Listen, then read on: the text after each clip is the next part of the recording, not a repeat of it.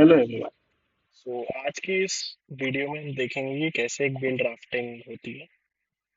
Basically video start करने से पहले मैं आपको ये वाली बात बताना चाहूंगा कि किसी भी ड्राफ्टिंग के लिए दो चीज़ें एसेंशियल होती है। वो है उस टॉपिक के ऊपर का थियोरेटिकल नॉलेज और दूसरा कैसे उस थियोरेटिकल नॉलेज को आप प्रैक्टिकलिटी में अप्लाई करते हैं। तो मेक श्योर इस वीडियो को देखने से पहले बेल के जितने भी थियोरेटिकल एस्पेक्ट है, बेसिकली उसके एसेंशियल जो डिफरेंट डिफरेंट रूल्स है जो केस लॉ के थ्रू अराइज हुए हैं, आप उसे एक बार प्लीज देख लें और फिर ही इस वीडियो को देखें, क्योंकि उन्हीं थियोरेटिकल एस्पेक्ट को हम इस बेल ड्राफ्टिंग की वीडियो में देखेंगे। चलिए शुरू करते हैं।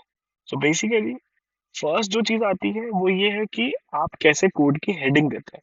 दिस इज समथिंग जो सारे ड्राफ्ट के अंदर कॉमन होगी, एंड इट इज समथिंग जो आपकी किसी भी डॉक्यूमेंट या किसी भी ड्राफ्ट का पहला चीज बनेगी। तो बेसिकली इसके अंदर आपको सेंट्रल अलाइनमेंट में in the court of justice का नाम, judicial magistrate of first class for example, और जहाँ के भी वो जज है वो आपको लिखना होता है। उसके जस्ट नीचे आपका आता है कि बेल एप्लीकेशन, बेसिकली आपकी हेडिंग जो आप डालना चाहते हैं। Basically through out the document जो फोंट एक्सेप्टेड होता है वो है 12। जो फोन स्टाइल बेसिकली अप्लाई होती है वो टाइम्स न्यू रोमन होती है, बुकमैन ओल्ड स्टाइल होती है। All this are common phone style जो कि कोड्स में एक्सेप्टेड होती है। स्टिल इट इज नेसेसरी कि आप एक बार चेक कर लें कि आपके कोड बेसिकली जहाँ पे आप अप्लाई कर रहे हैं वहाँ पे कॉमन स्टाइल क्या है। तो पहले ही आपका हेडिंग नोट हो गया जिसमें बेसिकली आपने सेंट्रल अलाइनमेंट के अंदर जज और कोर्ट की बेसिकली इंफॉर्मेशन दी थी। अब चलते हैं दूसरे उस एस्पेक्ट के अंदर, बेसिकली कॉस्ट टाइटल। इस कॉस्ट टाइटल के अंदर आपको पार्टीज के नेम लिखने होते हैं जो कि एक वर्सेस फॉर्मेट में होते हैं, और उसको अपन फॉलो अप करते हैं एक इंडेक्स से।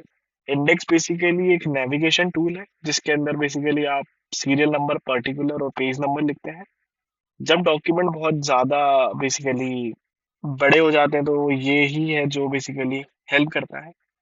और इसके अंदर आप सीरियल नंबर और पर्टिकुलर्स में इंफॉर्मेशन भर देते हैं, बट जो पेज नंबर वाली इंफॉर्मेशन होती है वो जनरली पेन पेंसिल के थ्रू ही फिल की जाती है, बेसिकली पेन के थ्रू। सो जो फर्स्ट जो नेमिंग कल्चर हो गया, उसके अंदर बेसिकली आपको लेफ्ट इंक्लाइंड के अंदर पार्टी के नेम आते हैं, राइट साइड आप एप्लीकेंट ऐसे डॉट डॉट करके होते हैं। उसके जस्ट नीचे वाली लाइन में वर्सेस वाली चीज आती है, और उसके जस्ट के अंदर जो रिस्पोंडेंट है उसका नाम, राइट अलाइनमेंट के अंदर रिस्पोंडेंट का नाम। फिर आता है आपका इंडेक्स। इंडेक्स बेसिकली एक टेबल फॉर्मेटिंग में बनता है जो सीरियल नंबर, पर्टिकुलर और पेज नंबर से फॉलो होता है। इसके अंदर जो भी पेज नंबर है, फॉर एग्जांपल 4 से 6, वो आपको हैंड रिटन जो है करना होता है। इसका जस्ट फॉलो अप के अंदर नीचे बेसिकली कौन ये डॉक्यूमेंट है, किस कौन फाइल कर रहा है, बेसिकली जो भी आपका रिप्रेजेंटेटिव है, तो उस रिप्रेजेंटेटिव की साइन आएगी यहाँ पे। और यहाँ पे जो भी एडवोकेट उसे फाइल कर रहा है उसका नाम आता है, उनके registered address, location, phone number, mail ID. ये मैंने हाइपोथेटिकल नेम दे दिए जस्ट फॉर एग्जांपल मेरे दोस्तों के नाम। और लेफ्ट वाली की साइड में जिस भी डेट को आप फाइल कर रहे हैं और जहां पे भी ये फाइल होने वाला है बेसिकली प्लेस, आप वहां पे ये सारी चीज ऐड कर देते हैं। सो ये बेसिकली आपका एक फ्रंट पेज व्यू हो गया जिसके अंदर तीन चीजें हमने देख ली। पहला, मैजिस्ट्रेट का नाम और उसकी पोजीशन। दूसरा, पार्टी का नाम। तीसरा, index. Index followed by signature, basically जिसके अंदर आप फाइल्ड बाय बता रहे हैं कि किसने करा। अब ये आपका हो गया फ्रंट पेज, बेसिकली स्टार्टिंग वाला पार्ट वन खत्म होता है आपका। अब यहाँ से मेन पार्ट टू में दूसरी जो बेसिकली सबसे एसेंशियल चीजें हैं वो चालू होती हैं ड्राफ्टिंग। स्टार्टिंग हम करते हैं इंट्रोडक्शन पैराग्राफ। इंट्रोडक्शन पैराग्राफ के अंदर बेसिकली आप कोर्ट को ये बताते हो कि आप क्यों कोर्ट के पास पहुंचे हो। अब इसके पहले यहाँ पे आता है हेड नोट। ये हेड नोट सबसे ज्यादा इम्पोर्टेंट है। क्यों? क्योंकि जब भी एक जज है, इतने सारे डॉक्यूमेंट में उसे देखना होता है कि क्या है, तो सबसे पहले वो हेड नोट पढ़ता है। तो उसे हेड नोट से ही क्लियर हो जाता है कि सामने वाला इंसान बेसिकली क्या चाह रहा है। There is a reason why he is an judicial officer. So उसने ये चीज पढ़ी और वो समझ जाएगा कि आप बेसिकली क्यों आए हो। And this is something heading जो उसे हेल्प करता है, उसका टास्क इजी करता है डिफरेंशिएट करने के लिए सारे डॉक्यूमेंट। सो आपने एक हेड नोट दे दिया, उसके अंदर आपने इंट्रोडक्शन पैरा लिखा। इंट्रोडक्शन पैरा के अंदर क्या क्या चीज आती है? पहला, किस सेक्शन के अंदर आप कोर्ट के पास आए हो। आप किसके लिए आए हो, बेसिकली इस केस में आप एप्लीकेंट के लिए आए हैं, उसका नाम आ जाएगा। अब क्यों? क्योंकि उसके खिलाफ एक एफआईआर आई है जिसका बियरिंग नंबर, हाइपोथेटिकल नंबर ये है, और ये इस पुलिस स्टेशन में फॉर एग्जांपल रजिस्टर हुई है, और एफआईआर की date. Basically this is an introduction para, जिसके अंदर आपने कोर्ट को बता दिया कि आप किस सेक्शन के अंडर आए हो, किसके लिए आए हो, और क्यों आए हो। ये वाली चीज आपने बता दी। फिर सेकंड के अंदर हम अपन जाते हैं बेसिकली उसकी डिटेलिंग के अंदर। सो किस ऑफेंस के अंदर या क्या है बेसिकली स्टोरी जिसके अंदर उस इंसान को पकड़ा गया है। अब वो ऑफेंस सीरियस है, हीनियस है, क्या है, वो आपको बेसिकली उसे समझाना पड़ेगा। तो फॉर एग्जांपल इस केस के अंदर मैंने एक हाइपोथेटिकल सिचुएशन दी है जिसके अंदर एक उबर ड्राइवर है जो रात में कैब बेसिकली एक्सेप्ट करता है। नॉर्मल उबर एक्सेल में 5 से 6 मेंबर अलाउड होते हैं, बट उससे 7-8 लोगों ने घेर लिया और बोले कि हमें छोड़ दीजिए, उसके बदले में हम आपको एक्स्ट्रा पैसे दे देंगे। बट जब एक्स्ट्रा पैसे उसने मांगे तो उसके खिलाफ ही उन्होंने थोड़ा रिबेलियस वो हो गए, वो वायलेंस में आ गए, और उसके खिलाफ जो भी वहाँ की फीमेल बेसिकली पैसेंजर थी उन्होंने पुलिस स्टेशन में जाके सेक्सुअल हरासमेंट और इन सब का केस बेसिकली फाइल कर लिया। अब जो सेकंड पॉइंट है वो बेसिकली हमें उसमें उसकी अभी अपन एप्लीकेंट की इंफॉर्मेशन दे रहे हैं, उसका criminal antecedent. Basically criminal antecedent बहुत इंपॉर्टेंट है। अगर कोई इंसान एक हैबिचुअल ऑफेंडर है तो उस केस में थोड़ा सा डिफिकल्ट हो जाता है उसके लिए बेल करना, हालांकि फिर भी बहुत सारे केसेस में होती है। वो एज एन एडवोकेट आपकी ड्यूटी है कि आप कैसे कोर्ट को प्रूव कर रहे हो। पर no criminal antecedent is a positive point for the applicant. So basically आपने बताया कि एप्लीकेंट कब से कस्टडी में है, उसका कोई प्रायर क्रिमिनल रिकॉर्ड नहीं है, और उसका नॉर्मल इंफॉर्मेशन की वो कहाँ का रेसिडेंट है।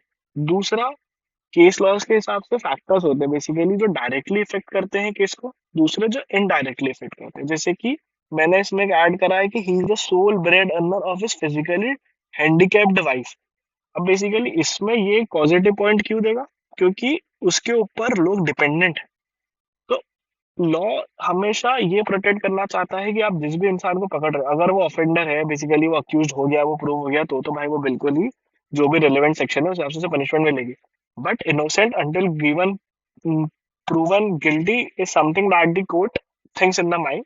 और अगर हमने उस इंसान को इस मूवमेंट पे पकड़ लिया तो उसके क्या इफेक्ट आएंगे, वो भी कोर्ट को देखना होता है। तो इस समय ये वाला फैक्ट है जुडिशियल ऑफिसर के उसमें होगा कि अगर मैंने इसे अंडर कर दिया तो उसके जो डिपेंडेंट लोग हैं उन्हें बहुत ज्यादा प्रॉब्लम आ सकती है, तो हमने एक ये वाला फैक्टर ऐड कर दिया। फिर उसके बाद थर्ड पॉइंट में हमने करा एफआईआर कंटेंट। बेसिकली जो अब जो रिस्पोंडेंट है उन्होंने ही एफआईआर फाइल करी होगी, तो उन्होंने बेसिकली क्या क्या कोर्ट को बता दिया, या आपने एग्जैक्ट जो भी एफआईआर के कंटेंट है, यहाँ पे एक डॉट भी आएगा, कंटेंट है, वो बेसिकली आपने पता करे और एफआईआर के थ्रू पढ़े और उसे ही ड्राफ्टिंग के अंदर ऐड कर दिया कि सामने वाली पार्टी बेसिकली उनका क्या नैरेटिव है, आपने वो सारी चीजें दे दी। अब the thing is this is something जो वो कह रहे हैं, अब हमें इससे कॉन्ट्राडिक्ट करना है। हमें कोर्ट को बताना है कि ये सारी जो बातें हैं भाई ये झूठ है, हमने ऐसा कुछ नहीं करा, हम तो बड़े ही सज्जन और इनोसेंट इंसान हैं। सो इसके अंदर अब हम चालू करेंगे एप्लीकेंट की बैकग्राउंड स्टोरी, बेसिकली वो इसके बारे में क्या कहना चाहता है और क्या उसके रीजन है। तो इसके अंदर बेसिकली हमने ये वाली बात बताई कि जो इंसान था उसने खुद रात को 2 बजे इन्हें बेसिकली एक फोन नंबर से बेसिकली नियरेस्ट पुलिस स्टेशन को कॉल लगाया है हमारे एग्जाम्पल के अंदर। जैसे कि पीसीआर को कॉल लगाया उसने खुद के नंबर से 2 बजे कि यार ये लोग जो है मुझे बेसिकली वो कर रहे हैं, परेशान कर रहे हैं, तो आप प्लीज मुझे वो कर दो, रिफ्यूज टू पे कर रहे हैं। ये बेसिकली एक कॉल रिकॉर्डिंग है जो हमारे फेवर के अंदर आ जाएगी। फिर सेकेंड चीज के अंदर हमने यही चीजें को कंटिन्यू करा और इसमें हमने हमारी स्टोरी बताई कि जब मैं उस इंसान को बेसिकली कर रहा था तो उसने रिफ्यूज करा पेमेंट के लिए। फेयर असॉल्टिंग, बेसिकली जब हमने उसके ज्यादा लोग उठाए तो फॉर एग्जांपल मैंने 500 ऊपर मांगे, तो मैंने वो फेयर उसे वो करा, पर उसने उसे नहीं माना और वो उसे बेसिकली एज अ रिटेलिएट करने गया। ये वाली चीज हमने देख ली। फिर उसके बाद जो ये पार्टी थी वो बेसिकली एक सामने वाले कोर्ट के पास गई और बेसिकली पुलिस स्टेशन के पास गई और उन्होंने रिपोर्ट फाइल कर दी। ये वाली चीजें हो गई। अब हमें क्यों बेल मिल जानी चाहिए। पहला, तो जो इंसिडेंट जो हुआ था वो बेसिकली रात को हुआ था, और इन लोगों ने 22 आवर्स के बाद जो है कि एफआईआर फाइल करी। अब जो ये ढीले हैं इसे वो जस्टिफाई नहीं कर पा रहे हैं किसी भी पॉजिटिव पॉइंट से। तो बेसिकली एक डीले इन रिपोर्टिंग है जो कि बेसिकली सामने वाली पार्टी का जो केस है उससे नेगेटिव इम्पैक्ट दे रहा है कि there is something malicious in the mind, there can be something malicious in the mind. अब उन्होंने दूसरी बात ये कही कि इस व्यक्ति ने हमारे साथ सेक्सुअल असॉल्ट करा, पर जो मेडिकल रिपोर्ट है वो ऐसा कुछ नहीं कह रही है।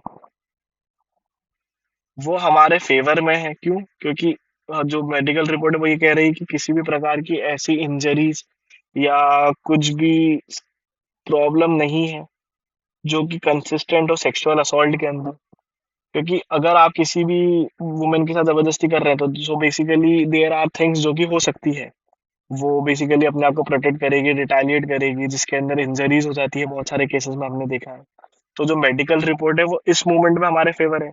ये चीज प्रूव नहीं हुई है क्योंकि एविडेंस एक्ट के अंदर बहुत सारे प्रिजम्पशंस है जो आप बेसिकली पढ़ेंगे। बट दिस इज समथिंग जो on the face of it हमारी हेल्प कर रही है। क्यों? क्योंकि ये एक चीज हमारे मेडिकल रिपोर्ट फेवर में है। बहुत सारे समय मेडिकल रिपोर्ट जो है वो खराब भी होती है, गलत भी होती है। बट इस मूवमेंट पे, प्रोसीडिंग के इस स्टेज पे, ये हमारे फेवर में है। बाद में हमें ये वाली बात प्रूफ जरूर करनी पड़ सकती है कि मेडिकल रिपोर्ट जो है वो सही है या गलत है, डिपेंडिंग ऑन कि आप किसको केस में बेसिकली प्रेजेंट कर रहे हो। तो ये वाली चीज इस मूवमेंट में हमारे फेवर में है। अब ये सारी चीजें वो है जो डायरेक्टली हमें फायदा दे रही है। अब कुछ आता है मटेरियल सेपरेशन। ठीक है, अब इसके अंदर इन्होंने क्या, ये वाले फैक्ट का बेसिकली जो हेल्प हमने ली है वो ये है कि यार वो 8-9 लोग थे। अब इज इट पॉसिबल कि 1 वर्सेस 9 एक फेयर लड़ाई हो सकती है? ऑफ कोर्स ये 9 लोग इन्हें डोमिनेट, इस एक इंसान को तो आराम से डोमिनेट कर ही देंगे। पर इन 9 लोगों में इसका कहना है कि भाई इस इंसान ने हमें मारा, असॉल्ट करा, हमारे साथ थेफ्ट करी, हमारी चेन वेन चोरी कर ली। सो इज इट समथिंग जो कि पॉसिबल है? तो दिस इज सम फैक्ट जो कि बेसिकली हेल्प कर रहे हैं कि आपको आपके इनोसेंस को बेसिकली आप प्रूव कर दें। ये वाली चीज आपने डेट दी।